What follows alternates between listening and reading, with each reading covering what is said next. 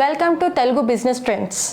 ఈరోజు మనం ఈ వీడియోలో లోగో ట్రేడ్మార్క్ రిజిస్ట్రేషన్ అంటే ఏంటి, దీన్ని ఎవరు తీసుకోవాలి, ఇది తీసుకోవడం వల్ల మనకు కలిగే ఉపయోగాలు ఏంటి అనేది ఈ వీడియోలో తెలుసుకుందాం.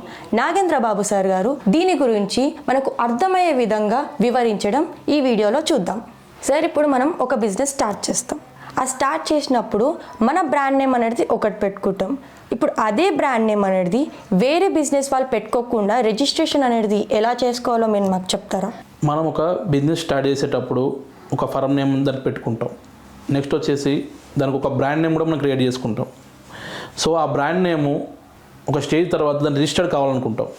నెక్స్ట్ వచ్చేసి ఆల్రెడీ ఆ నేమ్ తోటి మనం బ్రాండ్ రిజిస్ట్రేషన్ చేసుకునేటప్పుడు అది ఆల్రెడీ వేరేలోకి రిజిస్టర్ ఉంటుంది. సో అలాంటప్పుడు మనము కొత్త నేమ్ యూజ్ చేసుకొని మనం బ్రాండ్ నేమ్ రిజిస్ట్రేషన్ చేసుకుంటాం. మనం తీసుకున్న కంపెనీ నేమ్కి బ్రాండ్ నేమ్కి సంబంధం లేదండి. మనం కంపెనీ నేమ్ వేరేది పెట్టుకోవచ్చు, బ్రాండ్ నేమ్ మనం వేరేది పెట్టుకోవచ్చు. కంపెనీ నేమ్ వచ్చేసి సిమిలర్గా సేమ్ ఉన్న నేమ్ కాదు, కానీ బ్రాండ్ నేమ్ ఏదైతే ఉందో అది యూనిక్గా ఉండాలి. సో ట్రేడ్ మార్క్ రిజిస్ట్రేషన్ అన్న లోగో రిజిస్ట్రేషన్ అన్న రెండు ఒకటేనండి. మనకు all over India trade mark registration ఒకటే ఉంటుంది. ట్రేడ్ మార్క్ రిజిస్ట్రేషన్ ఆల్రెడీ వేరేలోకి ఉందనుకోండి, మనం అప్లై చేసుకున్నా కానీ దానికి సంబంధించిన డాక్యుమెంట్స్ అంటే మనకు ఆల్రెడీ దానికన్నా ముందు ప్రీవియస్ ఒకవేళ ఉందనుకోండి, ఆ డాక్యుమెంట్స్ మనం పెట్టేసి అబ్జెక్షన్ వస్తున్నప్పుడు మనం రిప్లై ఇచ్చుకుంటే మనకు రిజిస్టర్ కానీ ఛాన్సెస్ ఉంటుంది. సో ఆల్రెడీ ఉన్నా కానీ మనం అప్లై చేసుకున్నాం అనుకోండి, సో అప్లై చేసిన దానికి యూజ్ ఉండదు. మనం ట్రేడ్ మార్క్ రిజిస్ట్రేషన్ వచ్చేసి ఎందుకు తీసుకుంటామంటే మన బిజినెస్ నేము ఎవరు యూజ్ చేసుకోవద్దు అనుకుంటే సో ఆ ట్రేడ్ మార్క్ రిజిస్ట్రేషన్ చేసుకోవడం జరుగుతుంది. సార్, ఇప్పుడు మనం ట్రేడ్ మార్క్ రిజిస్ట్రేషన్ అప్పుడు నేమ్స్ అనేటివి ఎలా చూస్ చేసుకోవాలని చాలామంది కన్ఫ్యూజ్ అవుతుంటారు. ఇది ఎలా చూస్ చేసుకోవాలి, ఒకవేళ సిమిలర్గా ఉంటే ఏమైనా ప్రాబ్లమ్స్ ఉంటాయా, ఇది మీరు మాకు ఎక్స్ప్లెయిన్ చేస్తారా? ట్రేడ్ మార్క్ మనం రిజిస్ట్రేషన్ చేసుకునేటప్పుడు ఒక బ్రాండ్ నేమ్ అనేది మనం చూజ్ చేసుకుంటాం, ఒక లోగో అనేది మనం దాన్ని డిజైన్ చేసుకుంటాం. ఈ లోగో కానీ ఈ నేమ్ కానీ మనకి సిమిలర్గా ఉండకూడదండి. అయినా కామన్ నేమ్ కూడా మనకు ఉండకూడదు. సో ఆ యూనిక్ నేమ్ ఉంటేనే మనకి ట్రేడ్ మార్క్ రిజిస్ట్రేషన్ అవ్వడం జరుగుతుందండి.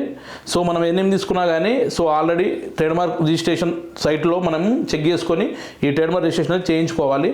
మన క్లాస్ ఏందో మనం కరెక్ట్ మనం చెక్ చేసుకొని ఆ నేమ్ తగ్గట్టు ఆ నేమ్ టైప్ చేసి కింద క్లాస్ నెంబర్ టైప్ చేసి సెర్చ్ బటన్ కొడితే అలా నెంబర్ సెర్చ్ చేస్తే అది ఆల్రెడీ వేరేలోకి ఉందా, లేదా అబ్జెక్ట్లో ఉందా, లేదా రిఫ్యూజ్ అయిపోయి ఉందా, లేకపోతే ఆల్రెడీ సిమిలర్గా దీనికి ఏమన్నా ఆల్రెడీ ఇంతకుముందు ఏమైనా అప్లై చేస్తారా, సో మనం అప్లై చేస్తే ఒకవేళ మనకి ఏమన్నా అబ్జెక్షన్ వచ్చే ఛాన్స్ ఉందా, సో ఇట్లాంటి మనకి పూర్తిగా మనం అది తెలుసుకోవచ్చు అండి. దాన్ని బట్టి మనం నేమ్ అనేది మనం చూజ్ చేసుకొని ట్రేడ్ మార్క్ రిజిస్ట్రేషన్ అనేది మనం అప్లై చేసుకోవాలి. ఇప్పుడు ట్రేడ్ మార్క్లో ఇలా రిజిస్ట్రేషన్ వీలే చేసుకోవాలి అని ఏమైనా ఉంటుందా సార్? లైక్ అంటే ఎవరు చేసుకోవాలి ఈ ట్రేడ్ మార్క్ అనేది? ఎగ్జాంపుల్, మనము ఈ ట్రేడ్ మార్క్ సైట్లో మనకి మొత్తం 45 దాకా బిజినెస్ క్లాసెస్ ఉన్నాయండి. సో బిజినెస్ క్లాస్ అంటే ఒక ప్రోడక్ట్ మ్యానుఫ్యాక్చరింగ్ ఉందనుకోండి, అది ఒక క్లాసు. నెక్స్ట్ వచ్చేసి ట్రేడింగ్ ఉందనుకోండి, ఒక క్లాసు. నెక్స్ట్ ప్లాస్టిక్ ప్రొడక్ట్స్ ఉందనుకోండి, సో మెటల్ ప్రొడక్ట్స్, ఇట్లా pharma products. Next trading, service, export. Next వచ్చేసి business management services, financial activities. Next వచ్చేసి ఐరన్ సంబంధించినవి, సో ఎలక్ట్రానిక్ డివైజెస్ సంబంధించినవి. సో నెక్స్ట్ వచ్చేసి entertainment channels, news channels, movies. Next వచ్చేసి production companies, so pharma companies, movies తీసేవాళ్ళు. So ఇలా చెప్పుకుంటూ పోతుంటే ట్రేడ్ మార్క్ సైట్లో మొత్తం 45 దాకా మనకి బిజినెస్ క్లాసెస్ ఉన్నాయండి. సార్, కొంతమంది మనం ట్రేడ్ మార్క్ రిజిస్ట్రేషన్ చేసుకున్నాక మనకి ఎప్పుడు వస్తుంది అని చెప్పేసి వెయిట్ చేస్తుంటారు. దీనికి ఏమైనా టైం తీసుకుంటారా దీన్ని కంప్లీట్ చేయడానికి, లేకపోతే వెంటనే వస్తుందా? ఫస్ట్ మనకి ట్రేడ్ మార్క్ అప్లై చేసిన తర్వాత మనకి అప్లికేషన్ ప్రాసెసింగ్లో ఉంటుంది. నెక్స్ట్ వచ్చేసి మనకి ఫార్మాలిటీ చెక్ జరుగుతుంది. ఈ లోపు మనకి ఎవరైనా అబ్జెక్షన్ పెడితే అబ్జెక్షన్ వస్తుంది. సో అబ్జెక్షన్ మనం రిప్లై ఇవ్వకపోతే రిఫ్యూడ్ అయిపోతుంది. ఇవి రెండు కాకుండా మనం దాన్ని పట్టించుకోకపోతే అబాండెడ్ అయిపోతుంది. సో ఇది కాకుండా మనం ఈ ప్రాసెసింగ్ తర్వాత ఎవరు అబ్జెక్షన్ పెట్టకపోతే మనకు అది యాక్సెప్టెడ్లోకి వెళ్తుంది. యాక్సెప్టెడ్ అయిందంటే మనకు 50% వరకు అయిపోయినట్టే.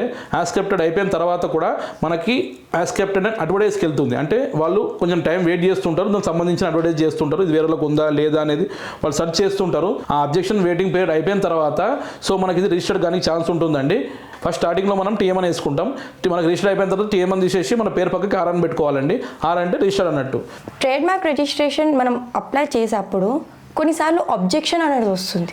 అది ఎందుకు వస్తుంది? ఒకవేళ అబ్జెక్షన్ వచ్చింది అనుకోండి, అది అబ్జెక్షన్ ఏమొచ్చింది, సో ఆల్రెడీ వేరే వాళ్ళకి ఉంది అని చెప్పి వచ్చిందా, లేకపోతే సిమిలర్గా ఉందని చెప్పి వచ్చిందా, మీరు ఎందుకు నేను తీసుకుంటున్నారు, ఇది కొంచెం మ్యాచ్ అవుతుంది, సో ఇలా వాళ్ళు క్వశ్చన్స్ మనకి రావడం జరుగుతుందండి. అండ్ మీకు ఏమైనా ప్రూఫ్స్ ఉన్నాయి, ఆల్రెడీ రిజిస్టర్ ఉన్న దాన్ని కూడా మీరు అప్లై ఎందుకు చేసుకున్నారు, ఆల్రెడీ సేమ్ ఉంది అని చెప్పి అట్లాంటి కూడా అబ్జెక్షన్స్ వస్తూ ఉంటాయి. అలా అబ్జెక్షన్స్ వచ్చినప్పుడు దాని తగ్గట్టు మనము రిప్లై ఇచ్చుకోవాలి. ట్రేడ్ మార్క్ అబ్జెక్షన్ అనేది ఒకవేళ సాటిస్ఫాక్షన్ కాకపోతే అది హియరింగ్కి వెళ్తుండండి. హియరింగ్లో ఆన్లైన్ కోడ్ ఉంటుంది. సో ఆన్లైన్ కోడ్ ద్వారా సో మనకి సంబంధించిన డీటెయిల్స్ ప్రొవైడ్ చేస్తే సో వారికి అవి కరెక్ట్గా ఉంటే మనం ట్రేడ్ మార్క్ రిజిస్ట్రేషన్కి అవ్వడానికి సులభంగా ఉంటుంది. లేదా అవి డాక్యుమెంట్స్ మనం ఒకటి సబ్మిట్ చేయాలనుకోండి, మనకు రిజెక్ట్ అయ్యే ఛాన్స్ కూడా ఉంటుంది. ట్రేడ్ మార్క్ రిజిస్ట్రేషన్ మనం అప్లై చేసేటప్పుడు కొన్నిసార్లు అబ్జెక్షన్ అనేది వస్తుంది. అది ఎందుకు వస్తుంది? అది ఒకవేళ అబ్జెక్షన్ వస్తే మనం ఎవరిని కాంటాక్ట్ అవ్వాలి? ట్రేడ్ మార్క్ రిజిస్ట్రేషన్ ఒకవేళ అబ్జెక్షన్ వచ్చింది అనుకోండి, మనం ఎవరికైతే అప్లికేషన్ చేయమని ఇచ్చామో సో వాళ్ళతో మనం అది రిప్లై అనేది ఎలా ఉంటుంది ప్రాసెస్ అని తెలుసుకొని రిప్లై అనేది మనం ఇచ్చుకోవాలి. నెక్స్ట్ వచ్చేసి ఇది కాకుండా ట్రేడ్ మార్క్ డేటా అనేది కొంచెం మిస్యూజ్ అవుతుందండి. సో ఎవరంటే వాళ్ళు ఈ ట్రేడ్ మార్క్ అప్లికేషన్ చేసుకున్న వాళ్ళకి కాల్ చేసి మేము అబ్జెక్షన్ చేస్తాము, మీకు రిప్లై ఇస్తాం, మేము హియరింగ్ మేము సహాయపడతాము, మీకు నేమ్ రిజిస్టర్ కానీ మేము సహాయపడతాము, ఇలా చాలా కస్టమర్లు కాల్స్ వచ్చాయని మాకు కస్టమర్లు చెప్తున్నారు. సో ఇలా బయట జరుగుతుందండి. మా కస్టమర్ కాల్స్ కొంతమంది చెప్పడం జరిగింది, ట్రేడ్ మార్క్ రిజిస్ట్రేషన్ చేస్తామని చెప్పేసి ఇట్లా కస్టమర్ దగ్గర డబ్బులు తీసుకోవడం జరుగుతుందండి వాళ్ళు. సో వాళ్ళు ఫోన్ కూడా లిఫ్ట్ చేయట్లేదు, సార్ మాకు అబ్జెక్షన్ ఇవ్వలేదు, సో మాకు రిజెక్ట్ అయ్యే ఛాన్సెస్ ఉందని చెప్పి మళ్ళీ తిరిగి మరి కస్టమర్ కూడా మాకు ఫోన్ చేయడం జరుగుతుంది. సో ముఖ్యంగా కస్టమర్కి చెప్పేది ఏంటంటే, ఎవరంటే వాళ్ళు కాల్ చేసినప్పుడు సో వాళ్ళ ఆఫీస్ ఎక్కడ, వాళ్ళు ఎక్కడ ఉంటారో పూర్తి వివరాలు మీరు తెలుసుకోవాలి.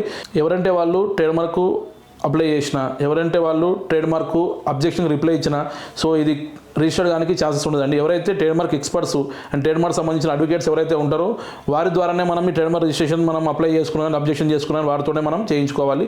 లేదంటే మనకి రిజెక్ట్ అయ్యే ఛాన్సెస్ ఎక్కువగా ఉంటుంది. Trade mark registration process and దానికి సంబంధమైన క్వైరీస్ కోసం వెంటనే మన నాగేంద్ర బాబు సార్ గారితో అపాయింట్మెంట్ తీసుకోవడానికి కింద ఉన్న నెంబర్కి కాంటాక్ట్ అవ్వండి. ఆఫీస్కి రావాలనుకునే వారు ఆఫీస్కి రావచ్చు, లేదా జూమ్ యాప్లో మీటింగ్ కూడా ఏర్పాటు చేయబడును. మన బిజినెస్ వచ్చేసి 10 years నుంచి ఉంది. మనకు 4 స్టేట్లో ఆఫీసెస్ ఉన్నాయి. తెలంగాణలో వచ్చేసి హైదరాబాద్లో ఉంది, కర్ణాటకలో వచ్చేసి బెంగళూరులో ఉంది, ఏపీలో వచ్చేసి మనకు వైజాగ్లో ఉందండి, నెక్స్ట్ వచ్చేసి మనకు తమిళనాడులో చెన్నైలో ఉంది. మా వీడియో కనుక మీకు నచ్చినట్లయితే please do like, share and subscribe to our channel.